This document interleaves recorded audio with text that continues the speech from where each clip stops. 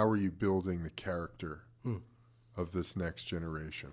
Well, that's what we're really excited about. We worked with Century Martial Arts, and they're the #1 distributor of martial arts goods in the world. So if you buy anything at Dick's or Academy, they've made most of it.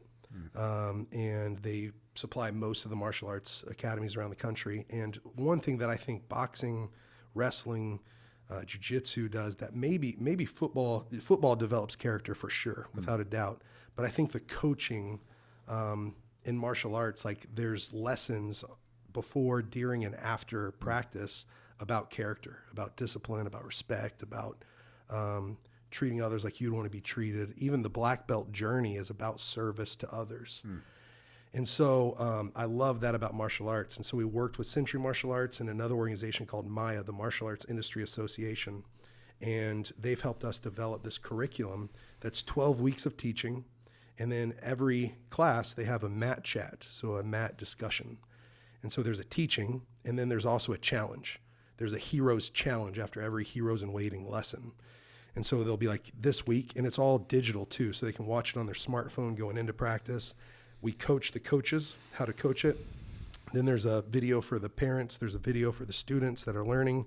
So the parents can be engaged with what their child is learning, and the student can know what they're learning that week and what their hero challenge is. And so what I love about that is they come in week 1, recognize when you're being a bystander. And so recognize that, come back and report it. Another hero challenge will be go out and complete a secret random act of kindness. So the rule is you have to be completely anonymous, and you have to go do something great that makes someone feel awesome. And what was that? Journal it. What'd you do? How'd you stay anonymous? How'd that make them feel? How'd that make you feel? And then how are you going to build onto that next week? And so it's all digital, but there's also a curriculum that's all typed out. And so we're arming, right now 104 martial arts academies are using it around the country. And now we're just trying to fundraise so that way we can get it up to school standards and get it into public, private, and online schools, get it accredited. And so that's what we're working with our board now. That's awesome. I guess outside of that, how do we cultivate kindness and goodness in young people? I think so that it's not just like, okay, you're in a situation and a kid's being bullied. Are you going to be a bystander? This is what they do. They know how to do this. You get programs. Kids will join the programs, and the programs will teach everybody the golden rule. The program, but the government always pulling these programs out. The more programs, I think, are the better for the children. It'll be less drugs. It'll be less killing. It'll be more programs, more conglomerates, more people being friends, more people meeting each other. And that's what it is. So many people disenfranchised with each other. They're so far away from each other. They can't be together, and they're looking. Their minds are reaching for each other, but we're also disenfranchised. And that's what the programs do. Well, I love this. You just triggered a Swahili proverb in my mind, my memory. The Pygmies taught me this. It says, if you want to go fast, go alone.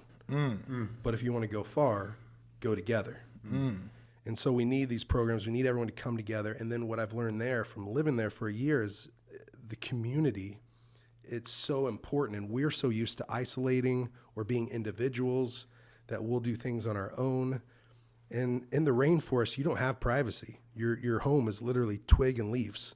Your wall are leaves. And so you can hear the discussions between people all across the village. There isn't any private conversations. And that can be a bad thing, but it's also a good thing that you aren't able to isolate and completely cut yourself off from the community. And so you need each other. But I also think it's really important for each individual to learn their personal impact. You can impress people from a stage or from maybe on a podcast, but you impact people one-on-one in conversation or up close. And so what I mean by that is we could teach these kids, whether it's in a program or whether it's in a conversation with them, that no act of kindness, no matter how small, ever goes wasted, right? And so start small. I've gotten to start this organization, Fight for the Forgotten now. It's going to be what I do for the rest of my life. But I started with that quote. No act of kindness, no matter how small, ever goes wasted.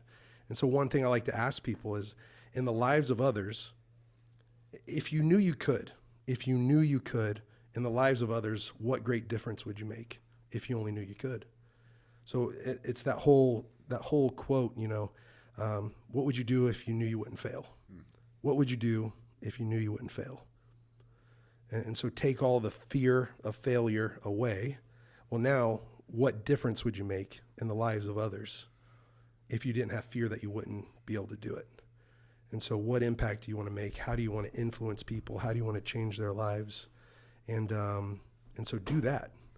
No act of kindness, no matter how small, ever goes wasted. Start small. I love it. Start somewhere, and just have your head on a swivel, looking to make a difference wherever it is you can. I love that.